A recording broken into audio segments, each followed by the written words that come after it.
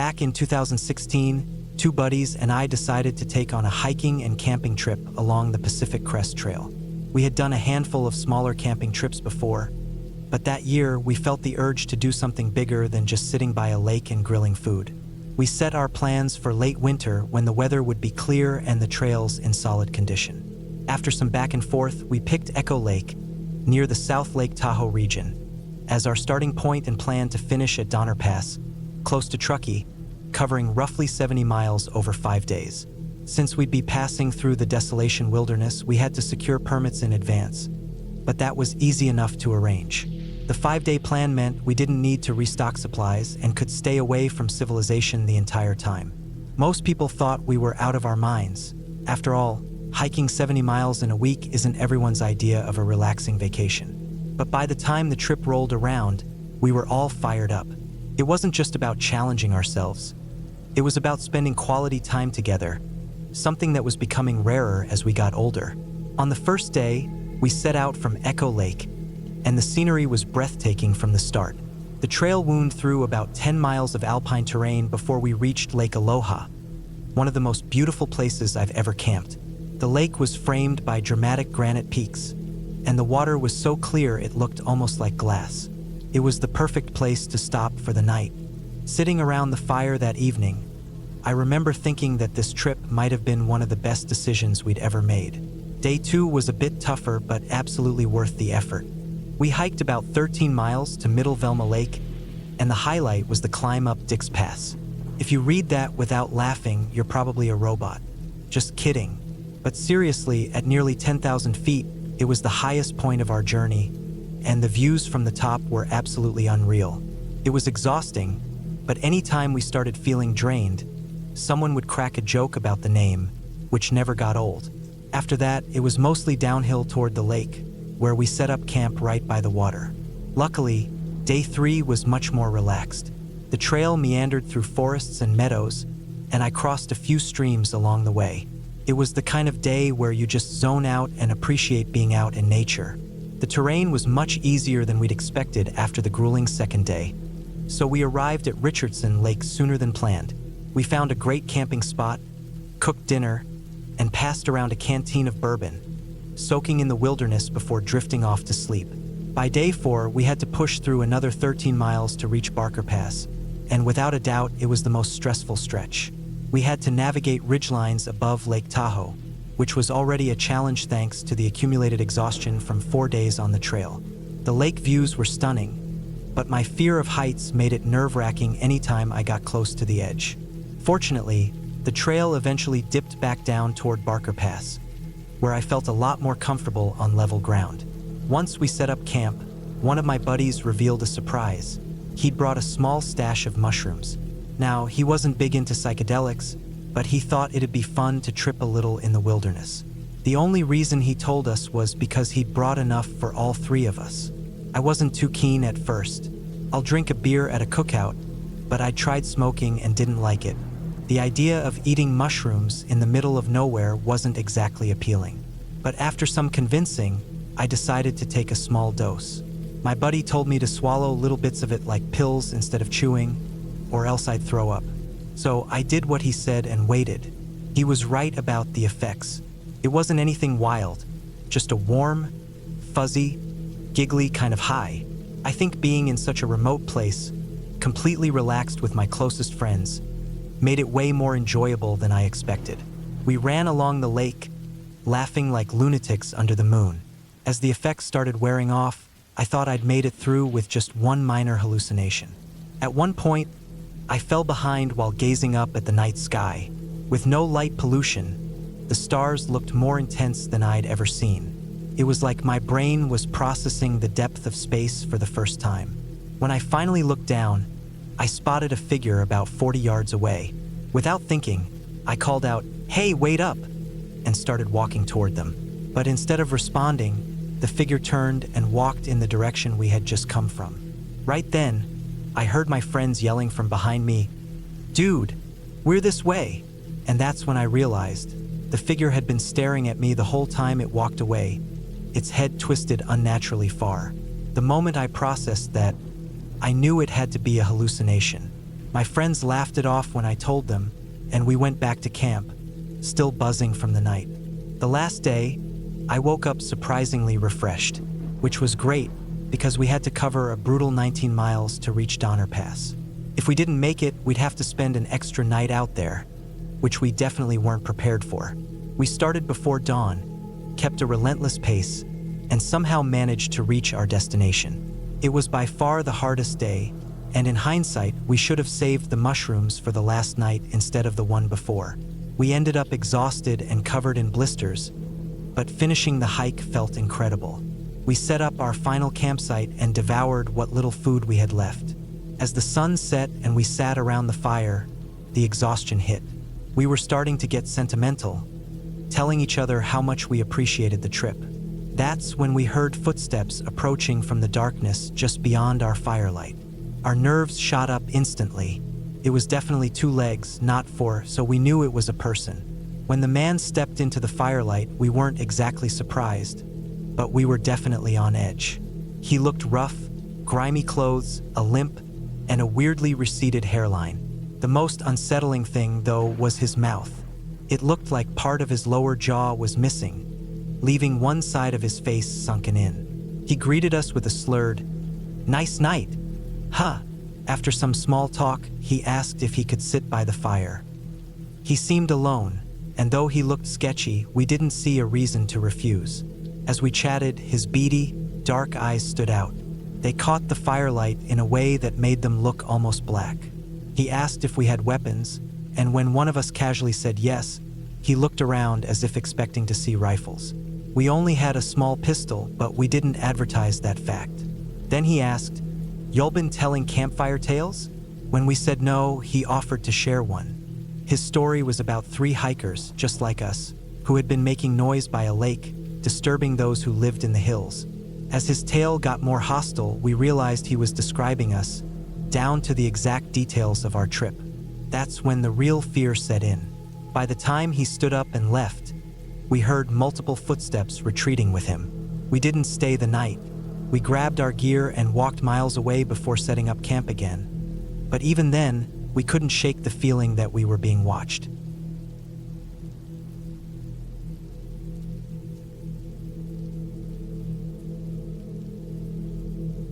Once again, the snow started falling harder just as the sun dipped below the treetops. My friend Mike and I were out in the wilderness, hoping to squeeze in one last camping trip before winter fully settled in. We hadn't expected the weather to turn so fast. The forecast had mentioned light flurries, nothing serious. We had set up camp near a small clearing, but as the snowfall thickened, Mike decided to collect extra firewood before darkness took over. I stayed behind, focused on getting the fire started. He never came back. At first, I thought he was just taking his time, but as the minutes stretched on, unease crept in. I called his name into the woods, but the thick snow swallowed my voice. No reply. Grabbing my flashlight, I decided to go find him. I figured he couldn't have wandered far, but the storm was relentless. Snow came down in thick sheets, limiting my visibility to just a few feet. I called out for Mike again and again, but the only response was the wind howling through the trees. My flashlight's beam wavered as I stumbled over hidden roots and snow-covered rocks. The cold began to seep into my gloves and boots, and soon my fingers and toes felt numb. I had no sense of direction. Every tree looked identical, and our footprints had vanished beneath the fresh snowfall. I tried to head back toward camp, but it was hopeless. The forest had swallowed me whole. After what felt like hours of trudging through the deep snow, my flashlight began to flicker. Panic clawed at my chest. I shouted Mike's name once more, but my voice cracked and faded. I was alone, lost in a freezing wilderness. The cold was unbearable. My hands trembled violently, my breath came in ragged clouds, and my limbs grew heavy with exhaustion. I knew the signs of hypothermia, but there was nothing I could do. I had no shelter, no warmth, and no clue where I was. I forced myself to keep moving, though my steps became sluggish. I tripped and fell repeatedly, each time struggling harder to rise. My wet clothes clung to my skin, draining the last of my body heat. My head pounded, My thoughts slowed, like my mind was freezing along with my body. Shapes flickered in the trees, shadows moving where they shouldn't. I knew it wasn't real, yet the sensation of being watched lingered. The wind carried whispers, unintelligible but unsettling. At some point, my legs gave out. The snow felt oddly soft, almost inviting. I wanted nothing more than to rest, just for a moment. But I knew, if I closed my eyes, I wouldn't wake up again. With the last of my strength, I crawled forward, dragging myself through the snow. My hands were so numb I could no longer feel them. My vision blurred, my chest ached with each shallow breath, and my thoughts scattered. Memories surfaced, faces of loved ones, distant moments that felt impossibly far away. Time lost meaning. The storm was endless, an unbroken sea of white and gray, and my body screamed for warmth. Then, in the distance, I saw a faint glow. At first, I thought it was another hallucination, a cruel trick of my frostbitten mind. But when I squinted, the light remained steady, a warm, golden beacon cutting through the storm. Hope surged through me, giving me just enough strength to push forward. The light led me to a small wooden cabin, a ranger station. Smoke curled from the chimney, and the windows glowed with the promise of warmth. Summoning the last of my energy, I pounded on the door before collapsing against it. I don't remember much after that. The door opened, and strong hands pulled me inside. Heat hit me in a sudden wave, painful at first, but I didn't care. I was alive. Voices buzzed around me, blankets wrapped around my frozen body, and someone pressed a warm drink to my lips. I sipped slowly, my entire body trembling as it thawed. The heat coursed through me, bringing stinging pain as sensation returned to my limbs. "You're lucky," someone said. My vision cleared just enough to see a man, probably a ranger, kneeling beside me, concern in his eyes. Another hour out there, and it might have been too late.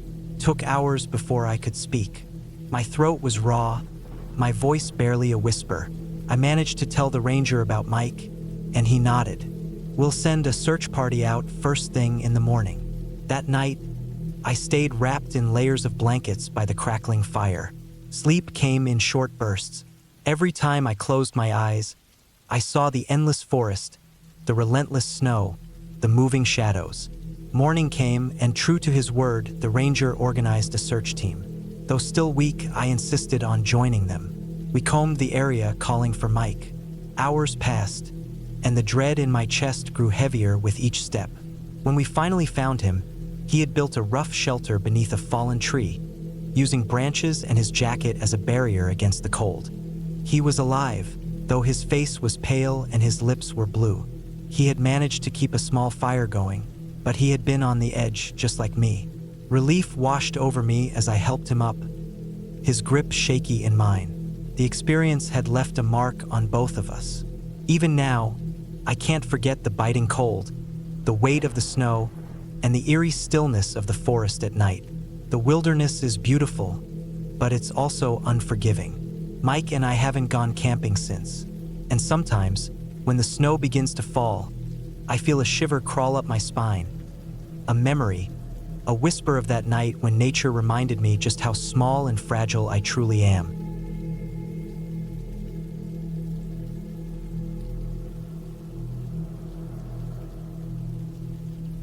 I've always had a love for winter camping. Those trips that push you to your limits and force you to embrace the freezing silence of the wilderness. Last year, I decided to take a solo trip deep into the remote forests of western Maine. The spot I chose was so isolated that reaching it required nearly an hour of driving down rugged dirt roads, followed by a 6-mile trek along a barely visible trail. I knew I wouldn't run into anyone, and I wasn't expecting to. The untouched, snow-blanketed forest was exactly what I had been searching for.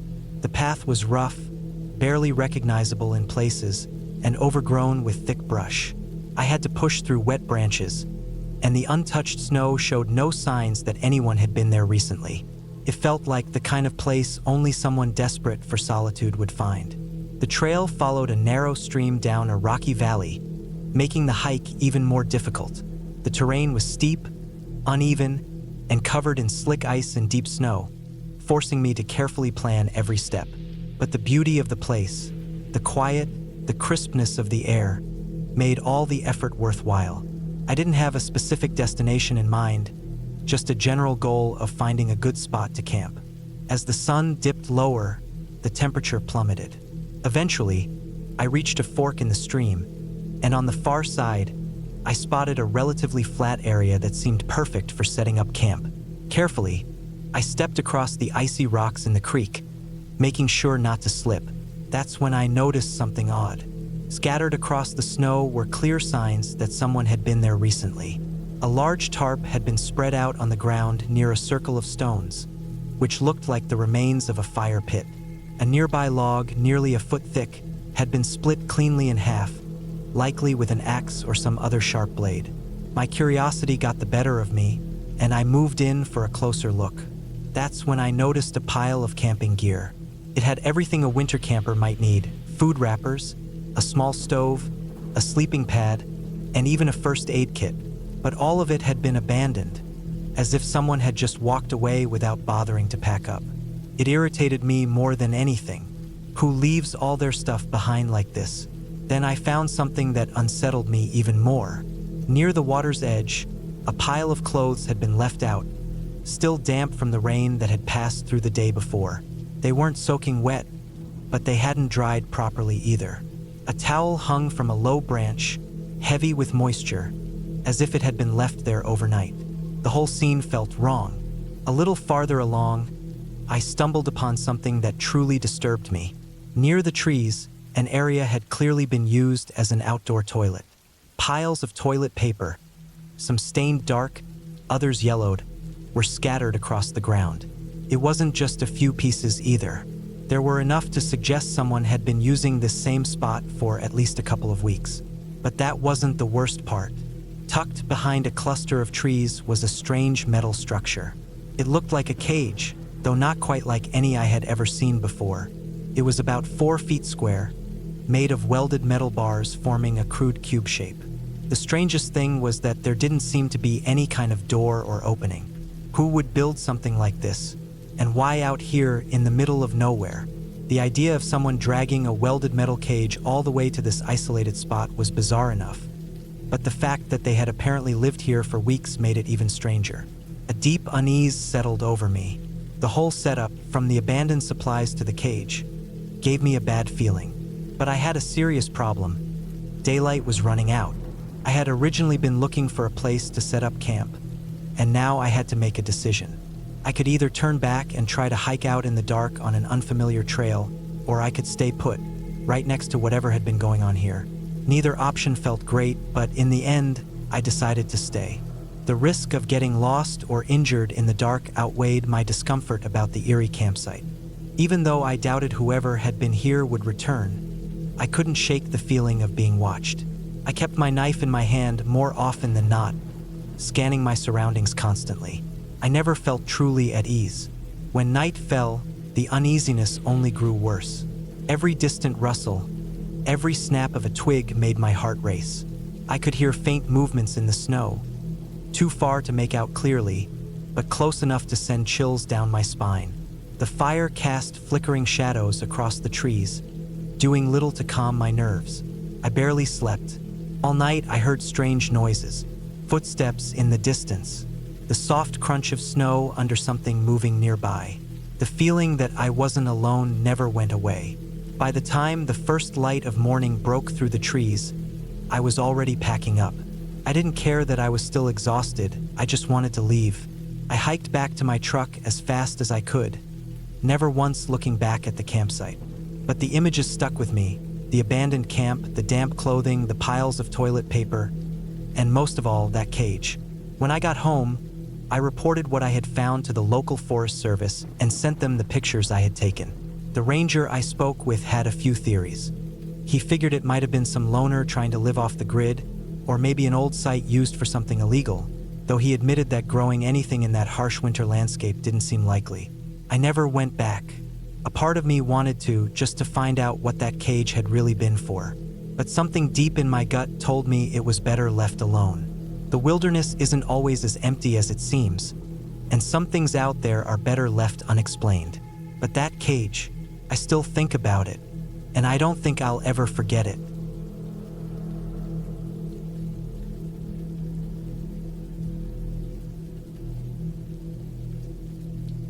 This happened quite some time ago, maybe around 2015. I live in a town surrounded by thick woods, with plenty of small camping areas scattered within an hour's drive. I had a long weekend off from work, and since I hadn't gone out in a while, I decided to take a trip to one of these campsites for a quiet and relaxing getaway. The place I picked was a small, isolated campground where you park in a dirt lot and choose one of 3 available spots to set up camp. There were already fire pits, a few old wooden benches, and some rusted-out grills, clearly not well maintained, but still usable. No one else was there when I arrived, so I picked the site on the far left and carried my things over. The walk from my car to the site was only about 5 minutes, but with how thick the trees were, it really felt like I was deep in the wilderness. The nearest town was also about 45 minutes away, adding to the sense of seclusion. After about an hour, I realized I wasn't sure what to do with myself. Should I just sit and relax? Read? I figured there might be a trail nearby, so I walked back toward the entrance to see if I could find one. There wasn't a trail, but I did notice another vehicle parked next to mine. It was an old, rusted-out red sedan with dents and scratches all over. What stood out the most was that it didn't have a license plate on the front or back. I didn't know what to think, but assumed someone must have come to camp at one of the other spots. Since there wasn't a trail to explore, I returned to my site and sat on a log, just taking in the surroundings. Not even 10 minutes later, I heard footsteps behind me. When I turned around, I saw a man walking toward me from the direction of the parking area. He didn't have a backpack or any gear, and he was staring directly at me like he was approaching with purpose. He looked like he was in his late 30s, but something about him made him seem older, maybe the way he carried himself or how unkempt he was. His ragged brown coat was full of holes and covered in stains, and his beard and hair were long, scruffy, and greasy. "Hey, could you help me with something real quick?" he asked. Having nothing else to do, I said sure and started to stand up. But before I could, he quickly added, "Thanks, I don't need the help just yet, though. I've got a few things to take care of first. I'll come back and grab you in a bit." I told him that was fine, and he thanked me again before walking away. It seemed a little strange to me. Why come all the way over just to ask for help later? But I figured he might just need to unload his car first. I expected he'd be back in 10 or 15 minutes. Time passed, half an hour, then another. The sun started setting, and I figured he must have handled whatever it was on his own. I had completely forgotten about the whole thing a couple of hours later when I was sitting by my fire, cooking dinner. That's when I heard footsteps again. I turned to look, but it was now almost completely dark. I could hear someone walking down the trail, but they were still hidden in the shadows. The crunching footsteps got closer and closer until the flickering light from my fire finally illuminated the person. It was the same man from earlier. "Hey, you ready? Still just need a little help," he said. "With what, exactly?" I asked, suddenly feeling uneasy. He hesitated for just a moment before smiling. "Won't take long. You don't look too busy," he added with a chuckle. Something about the way he said it felt wrong, like he was pressuring me. He also completely avoided answering my question. But my social awkwardness got the better of me, and I hesitantly agreed, not knowing how to refuse. He smiled again and motioned for me to follow. As we walked, the darkness swallowed everything beyond the reach of my firelight. That's when it hit me. He had come all this way without a flashlight, and now I was blindly following him deeper into the woods. "So, what exactly do you need help with?" I asked again. He slowed down for just a split second, like he was about to say something, but then kept walking without a word. That was when my gut twisted, and my heart started pounding. Something was very wrong. Suddenly, the silence of the forest around me felt suffocating, like the eerie calm before a storm.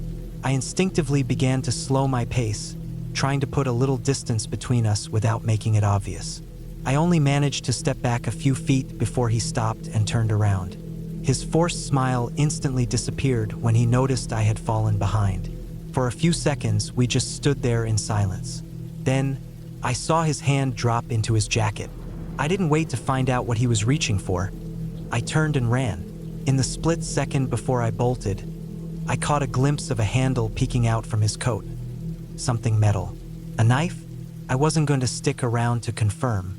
I sprinted into the woods as fast as I could, hearing his heavy footsteps pounding behind me. His breathing was ragged, and I could tell he was giving chase with everything he had. The chase went on for what felt like forever, at least 2 minutes, until finally his steps grew fainter. Then they stopped altogether, but I kept running, crashing through the trees, desperate to put as much distance between us as possible. Thankfully, I had my phone and keys on me. I called 911 as soon as I was far enough away. By the time authorities arrived at the campground, only my car remained. The red sedan was gone, and so was the man. I gave them a full description of both, but there wasn't much they could do. Despite the distinct appearance of both the man and his car, there wasn't enough information to track him down. Looking back, it's terrifying how planned out his actions seemed. He approached during the day to make me more comfortable with following him later. He waited until nightfall, knowing it would be harder for me to see or react. The manipulation was chilling. I often wonder if he's tried this before, or if someone else has already fallen victim to it.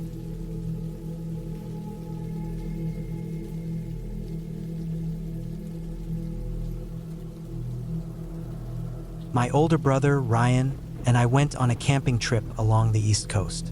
As usual, Ryan picked the location and planned everything while I just went along with it. He had good taste, though the campsite was beautiful. Since we had to hike a good distance to reach it, there weren't many people around. In fact, from what we could tell, there was no one else nearby. The campsite wasn't clearly marked, making it difficult to know if we were actually in the right spot. There were several small clearings between the trees that could have been the designated area, but we figured it didn't matter much. We picked a grassy clearing and set up camp. At first, we thought the area was pretty untouched, but we soon realized we were wrong. Scattered around were various abandoned items, not entire tents or anything that big, but smaller things like an old walking stick and a pair of worn-out boots. It was strange, especially for a campsite so remote. It didn't seem like the kind of place where people would just leave things behind. We found it odd, but it wasn't enough to make us worry. We went about our day mostly just talking and relaxing. As night fell, we built a fire and sat around it, chatting for hours. A couple of hours into the night, I spotted something behind Ryan. I pointed it out, unsure of what I was seeing. We both focused on it, and after a few seconds, we realized it was another campfire in the distance. It was really far away, partly hidden by the trees, but the small flickering orange light stood out against the darkness. If it hadn't been for the overcast sky blocking the moonlight, making the forest extra dark, we might not have even noticed it. That meant we weren't alone. But what was strange was where the fire was. It looked like it was deep in the woods, where there weren't any clearings or trails. Maybe whoever was there wanted to be away from others. We didn't think too much of it and went back to eating snacks and talking. Eventually, we put out the fire and went to bed around midnight. I fell asleep easily, but I woke up sometime later, probably an hour or two after dozing off. I knew exactly why I had woken up. I had too much to drink before bed and needed to step outside. I unzipped the tent, walked about 50 feet away to make sure I wasn't too close to camp, and took care of business. As I stood there, I noticed something. The distant fire in the woods was still burning. Maybe it was because I was still groggy, but I found myself just standing there, staring at it. My eyes adjusted to the darkness, and that's when I noticed something else. A shape, a figure standing somewhere between me and the distant fire. A chill ran through me, but I convinced myself it was just a bush or a tree trunk that looked like a person. There was no way someone was standing out there, watching our camp in the middle of the night. I kept looking, trying to be sure, and that's when I saw more of them. Shadowy figures, barely visible, scattered throughout the trees. At least 10 or 15 of them, all of them facing my direction. Another wave of fear hit me. What was this? Was I imagining it? My heart pounded as I turned and hurried back to the tent. For a moment, I debated waking Ryan up. If it turned out to be nothing, I knew he'd never let me live it down, but my instincts told me otherwise. I unzipped his tent and shook him awake. At first, he was groggy and confused, but I quickly told him I had seen something and wanted him to take a look. Hesitant but alert, he followed me outside. We didn't even make it back to the spot where I had stood before we noticed them again. They had moved. The figures were closer now, standing between the trees, still spread out but unmistakably there. My stomach dropped as I turned to Ryan, and I could see the sheer terror on his face. His wide eyes told me he saw them too. I turned back toward the figures, and now, in the faint light, I could see it more clearly. These were people. I could see their subtle movements, the way they stood there, just watching us. We backed up toward our tents. "Should we go?" Ryan asked, his voice shaking. It was unsettling to hear him sound so unsure. He was usually the one who had all the answers. I nodded. We didn't bother grabbing any of our gear, just our car keys and wallets. Without a second thought, we hurried down the trail, moving as quickly as we could. It didn't seem like they followed us. When we got back to civilization, we decided to report what we had seen to the authorities. Felt like the right thing to do, but they didn't take us seriously. The officers seemed skeptical, like there was no way a large group of people had just been lurking in the woods at night, staring at us. We brought up the strange abandoned items we had seen at the campsite and wondered if anyone else had reported something similar. But there were no records of anything unusual in that area. No reports, no missing persons cases.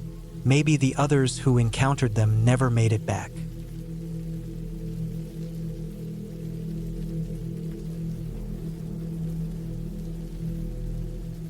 This happened a couple of years ago during late spring. I had taken a short break from work to go camping by a small lake in central Wisconsin. It was a spot I'd visited a few times before, sometimes with family or friends, but this time I was alone. The hike to get there was about 2 hours, but it wasn't too challenging. Mostly a flat path the entire way. Once I arrived, I set up my tent a little way into the woods so I wouldn't be right up against the water. Then, I unfolded my chair, cracked open a drink, and listened to the peaceful sounds of the lake and the birds singing. It was already getting late, so I didn't have much time before the sun dipped below the horizon. I'd always enjoyed the quiet of the woods at night. There was something freeing about it. I don't know how else to describe it, but this night felt different. Once the sun was gone, I built up my fire and continued to relax, yet an odd feeling settled over me. One I wasn't used to. It felt like someone was watching me. I kept glancing around at the trees and the darkness beyond my camp, feeling unsettled and a little paranoid. I had never felt this way before, so I wasn't sure what was causing it. Every time I scanned my surroundings, I didn't see anything, but the darkness was so thick that I doubted I'd be able to spot anything even if there was something, or someone, out there. Since I had no real reason to feel this way, I tried to shake the thoughts and refocus my mind. Eventually, I distracted myself by thinking about personal matters. Not exactly fun, but better than feeling uneasy. Hours passed, and by this time it must have been around 10 or 11 at night. Out of nowhere, I heard a loud snap directly ahead of me, like a thick branch breaking under something heavy. It was pitch black out there, and I couldn't see a thing, but the sound was so sharp that it echoed through the trees. A shiver ran through me. It sounded like something large stepping on a branch. Was it a big animal? Or worse, was it a person? I wasn't sure which possibility scared me more. I grabbed my can of bear spray and called out, "Hello? Is someone there?" Silence. Not a single sound responded. I figured that if it were a large animal, I would have heard more movement, rustling bushes or crunching leaves. Instead, there was nothing. I sat there for a minute, staring into the blackness, waiting for another noise or any sign of movement. Then I remembered I had a flashlight. I quickly dug through my backpack and found it, but by then, a minute or two had passed. I clicked it on and shined it toward where the noise had come from. Nothing. The area was empty. By this point, my paranoia had returned, and this time it felt justified. I fed more wood into the fire, ensuring it stayed bright enough to illuminate my camp. Every few minutes, I switched my flashlight back on and scanned the area. Then, one time, as soon as I turned it on, I saw something at the farthest edge of the beam. A man. He was incredibly tall, maybe not unnaturally so, but definitely towering. Probably around 6 feet 5 inches. The moment my light hit him, he moved swiftly, stepping back into the shadows where the light couldn't reach. My heart pounded. Had my gut been right all along? I thought back to the loud crack I had heard earlier. It had to have been this guy. At his size, he had to be at least 250 pounds. That meant he had been out there watching me for who knows how long. Panic set in. I tore down my tent, shoving my gear into my backpack as fast as I could. I knew which direction he had moved, so I sprinted the other way. Coincidentally, it was also the way back to my car. After putting some distance between me and my campsite, I felt safe enough to switch my flashlight to its dim setting and continue walking at a steady pace. As I walked, I tried to rationalize why he might have been out there. Maybe he was another camper? Maybe he was lost? But deep down, I knew something was off. If he had harmless intentions, why had he been watching me instead of just making himself known? I have no doubt that something bad could have happened if I had stayed. The man was huge. If he wanted to rob or attack me, why didn't he just do it right away? Was he waiting for me to fall asleep? Was he trying to see if I was armed? I didn't have answers, and I didn't want to stick around to find out. When I finally reached my car, I got in and drove home. I still go camping, but it's never felt the same since that night. Now, I always have this nagging feeling, like I'm being watched from a place just beyond my sight. Hopefully, it's just in my head.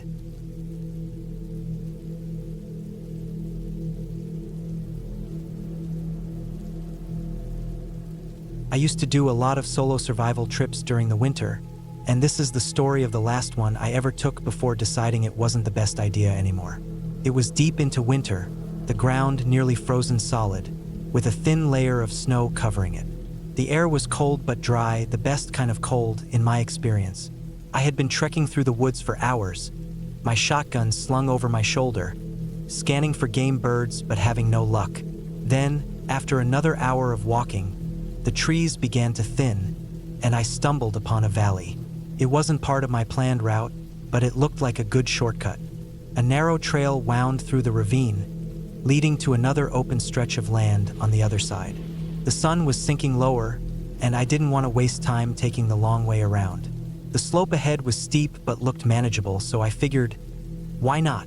I started my descent, my boots crunching against the frozen ground, but keeping my balance slowed me down more than I expected. As I moved, the shadows deepened, the walls of the ravine towering higher on either side. That was when I first felt it, that creeping chill, not just from the cold, but something else entirely. Something about this place felt wrong. Then I saw him. He stood in the middle of the trail, completely still, about 50 yards ahead of me. He was gripping some kind of civilian-style rifle, holding it ready as if expecting something. The second my eyes landed on him, I froze. He wasn't dressed like any hiker or hunter I had ever come across. His clothes were filthy, a mix of jackets and pants that barely clung to his thin frame. His face was hollow, like he hadn't eaten in days, and his deep-set eyes locked onto mine in a way that made my stomach twist into knots. I couldn't move. My brain screamed at me to turn and run, but my body refused to listen. My shotgun hung loosely on my shoulder, and I felt the strap slipping just slightly. A deep sense of dread overtook me at the thought of it falling. If it did, he might think I was reaching for it, that I was preparing to aim at him. If he was already on edge, that could be enough to make him pull the trigger first. Slowly, I adjusted the strap, making sure my movements were careful, deliberate, and non-threatening. He didn't react. The air between us felt thick, pressing down on me like a weight. I wanted to say something, anything, but my throat locked up. I forced myself to take a step back, then another, watching him, watching me. I didn't run. I knew better than that. Every step was slow, measured, the crunch of my boots in the frost seeming impossibly loud. He never moved, never followed, but I could still feel his presence long after the path curved and I lost sight of him. By the time I emerged from the valley, the air felt lighter, normal, But I didn't stop moving until I had put enough distance between me and that place to feel safe. Even then, I couldn't shake the feeling that something, or someone, was still watching me from the trees. That night, as I sat by my fire, I replayed the moment over and over in my mind. It wasn't deer season. Rifles like his weren't legal for hunting in this area. And he hadn't looked like a hunter anyway. In fact, he hadn't even looked like he belonged out there at all. He seemed more like a man who had been away from the world for a long, long time. So long that something else had taken his place. The next morning, I drove into town and reported it to the sheriff. He listened, nodded, and said he'd look into it. Weeks passed. I never heard anything back. I haven't set foot in that valley since. And I don't think I ever will, because whoever or whatever was down there didn't want me there. And I'm more than happy to stay away.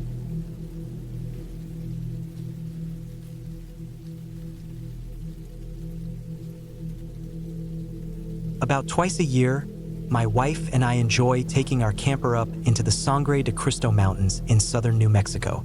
We usually plan for one summer getaway and one winter escape since my wife absolutely loves the snow. But last year was different. The snowfall began and then never seemed to stop. Came down nonstop for 4 entire days, and by the 5th day, avalanches were crashing down all around us. I'm not exaggerating. A particularly harsh avalanche the previous winter had cleared out large patches of forest, and wildfires had destroyed other areas where we normally camp in the warmer months. With no trees or vegetation left to stabilize the snow, the mountainsides started giving way, turning into rushing waves of ice and powder. The main road leading to the nearest town became completely impassable. We had an alternative way out, a much longer one, but it felt like only a matter of time before that too would be buried. So we made the decision to get out of there while we still could. We hurried to pack up our belongings, trying to work quickly in the breaks between the snow showers. Just as we were loading the last of our things, we heard it, a deep rumbling sound in the distance. Another avalanche. By that point, we had grown almost used to hearing them. But this time, the situation felt different. We were terrified that this one had wiped out our only remaining way out. If that was the case, we'd be trapped indefinitely with only 2 days' worth of food left in our camper. We rushed to check where the snow had fallen, and to our immense relief, it hadn't come near the road we needed. But then, just seconds later, we heard a scream. It was the most chilling, gut-wrenching sound I have ever heard in my life. I will never forget how it echoed through the valley, sharp, drawn out, and then suddenly cut off. There is no doubt in my mind that someone lost their life that morning. That scream was filled with sheer terror and agony, and I felt it deep in my soul. My wife and I stood there, frozen in place, listening to the crushing silence that followed. We knew we had to act, we just didn't know how. We couldn't pinpoint exactly where the scream had come from, and snow has a strange way of distorting sound, making it difficult to judge distance. In the end, we did the only thing we could. We ran out into the snow, searching for someone who could help. Fortunately, we found a man nearby with an off-road vehicle and a radio. He was able to call for emergency assistance. There was little else we could do. The avalanches had made the area far too dangerous to conduct any kind of search ourselves. And once we knew that rescue teams were on their way, we realized that lingering would only put us at risk or get in the way. So we made the difficult decision to head home. The drive back east along Highway 285 was eerily quiet. As we passed through the valleys, we saw more destruction. The avalanches had devastated the region. While making our way through a canyon pass, we narrowly missed another massive slide, by maybe 40 or 45 minutes. This one was so powerful that it altered the course of the Rio Grande and wiped out sections of the highway. Entire stretches of road were just gone, swallowed by ice, rock, and broken trees. The whole landscape looked like something out of an apocalypse. That trip changed how I see nature. She is generous, but she is also merciless. The snow, the avalanches, the destruction. It was a brutal reminder of just how small and powerless we truly are in the face of her force. We were lucky to get out when we did, but I will never forget that scream. It still echoes in my mind from time to time, a haunting reminder of the raw, untamed power of the natural world. That experience taught me to respect it and to never take safety for granted.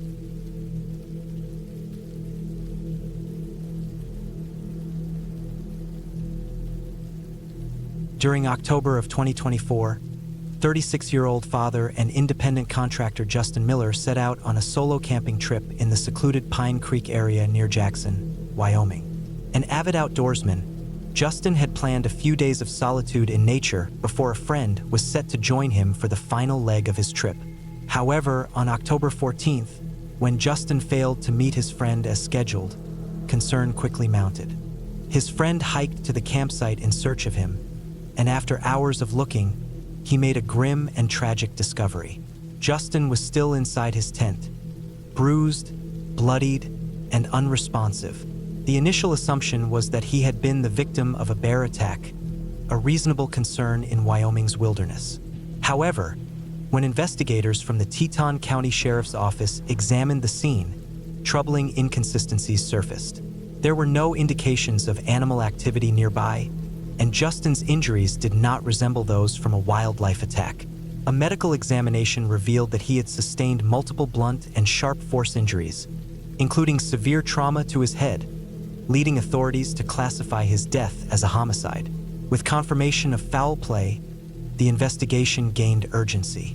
Detectives faced the challenging task of reconstructing the events that led to Justin's murder. The campsite's isolated location and limited cell reception further complicated their efforts. Law enforcement called upon the public for assistance, particularly seeking information from anyone who had been in the vicinity or possessed trail camera footage that might shed light on the case. A breakthrough came on October 28, 2024, when the Teton County Sheriff's Office announced they had identified a suspect. The individual, already in custody on separate charges, was cooperating with investigators. Sheriff Mike Reynolds expressed confidence in the progress of the case, noting that the suspect had provided crucial information leading to the discovery of key evidence.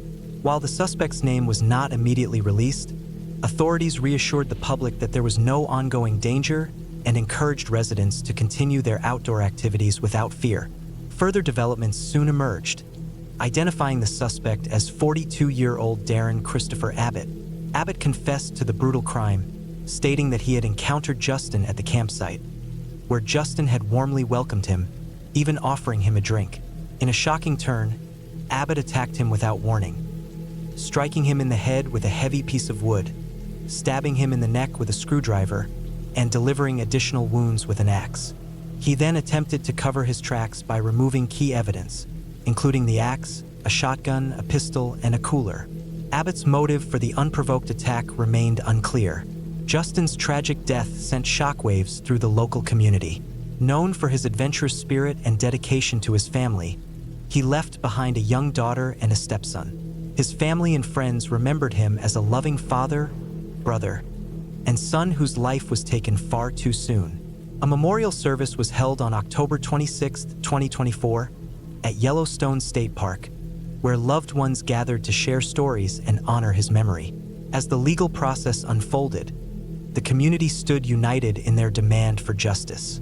The Teton County Sheriff's Office continued working tirelessly to ensure that all aspects of the case were thoroughly investigated, seeking closure for Justin's family and reinforcing the safety of the community. His tragic passing served as a somber reminder of the dangers that can arise even in the most peaceful of settings. While the wilderness offers solace and adventure, it also requires caution. This incident has prompted many outdoor enthusiasts to reevaluate their safety precautions and remain aware of their surroundings, even among those who initially seem friendly. The senseless murder of Justin Miller has left an unforgettable mark on the Jackson community. As authorities continue to piece together the circumstances surrounding his untimely death, the community remains steadfast in their support of his family, honoring his legacy and advocating for justice. Justin's deep love for the outdoors and his kind-hearted nature will be remembered by all who knew him, even as they grapple with the heartbreaking loss and the sobering reality that danger can sometimes emerge where it's least expected.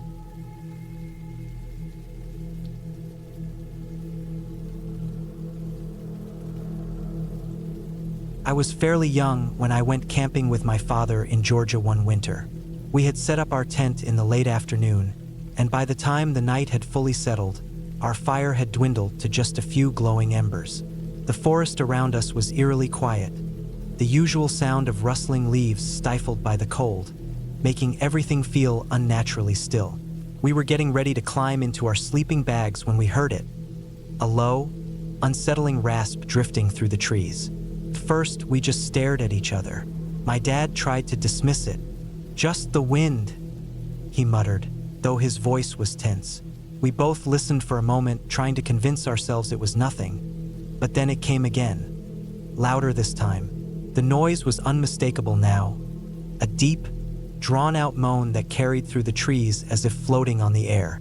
And then, once more, a third time. This one sent a shiver down my spine. I didn't know what it was, but something about it felt wrong. My dad grabbed his flashlight, and I picked up a thick branch, following close behind, ready to help if anything happened. We moved carefully, the freezing air biting at our skin as we made our way through the trees. Eventually, we found her, a woman lying on the ground not far from our camp. She was on a small slope, her head lower than her feet, her body mostly still except for the occasional soft moan escaping her lips. The whole forest felt like it was holding its breath around us. I felt a deep unease settle in my stomach, the kind that warns you something isn't right, even if you can't explain why. My dad knelt beside her, shining the flashlight on her face. Her eyes were hazy and unfocused, her clothing damp from the frost and snow. When she spoke, her words were slurred, barely understandable. Slowly, we pieced together what had happened. She had come camping with her boyfriend, but after an argument, he had driven off, leaving her stranded in the woods with no way to get back to town. She had been drinking heavily and, in her intoxicated state, had seen the glow of our fire from a distance. Thinking she could bring us extra firewood, she tried to reach us but had slipped in the icy terrain, too weak to get back up. The eerie groaning we had heard was her only attempt to call for help. We helped her sit up, though it was obvious she was in no condition to move much. Carefully, we got her back to her campsite, making sure she wouldn't wander off again in the dark, where the cold and alcohol clouding her judgment could have led to something worse. We told her to stay put and wait until morning when, hopefully, her boyfriend would return. It was an unsettling experience, stumbling upon someone lost in their own sorrow, barely escaping a much worse fate. When we returned to our own campsite, I couldn't shake the image of her lying there, groaning in the darkness. I kept wondering what might have happened to her if we hadn't found her in time.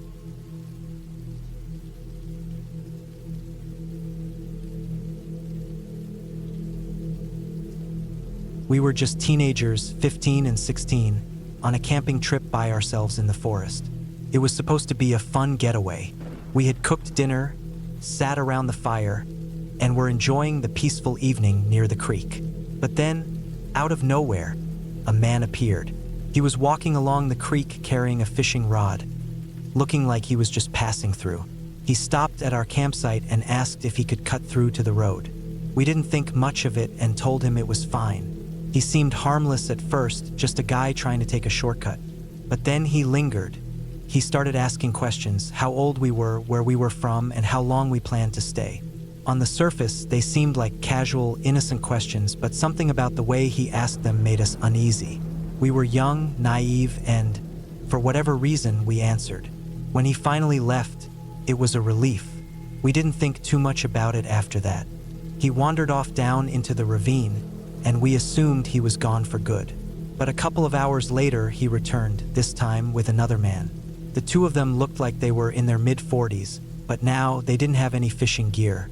They didn't seem to have any real reason to be there, other than to get closer to us. They started asking more questions. Where we were from, what we were doing all the way out here, how long we planned to stay. The first man started moving around our campsite, looking at our stuff, poking around near our tents. We both felt it then, this silent, creeping tension we couldn't shake. After a while, they left, but instead of heading back the way they'd come, they went further up the ravine, disappearing into the forest. That's when we really started to feel like something was off. As the hours passed and night settled in, the sound of the creek felt overwhelming. My friend pointed out that she couldn't hear anything else around us because of the rushing water, and it made her uneasy. We talked for a bit, and it became obvious that neither of us had felt right since those guys left. The real problem was that we never saw them come back down the ravine. We had no idea where they'd gone, and that unsettling feeling kept creeping back. I can't quite explain it, but we both knew we had to leave, and we had to leave now. It wasn't just their odd questions or how they seemed to be sizing us up. It was the gut feeling that something was wrong. We had been out here alone and vulnerable, and we suddenly realized that those men had asked exactly the right questions to confirm that we were unprotected. Maybe nothing would have happened that night. Maybe they really were just some harmless hikers just looking to chat. But that nagging sense of danger was too strong to ignore. We packed up as quickly as we could, grabbed what we needed, and left without looking back. We never saw those men again, but I'll never forget that sinking feeling, the one that told us we had barely escaped something we couldn't even fully understand. I don't know if they meant to harm us, but I do know one thing: we were lucky we left when we did.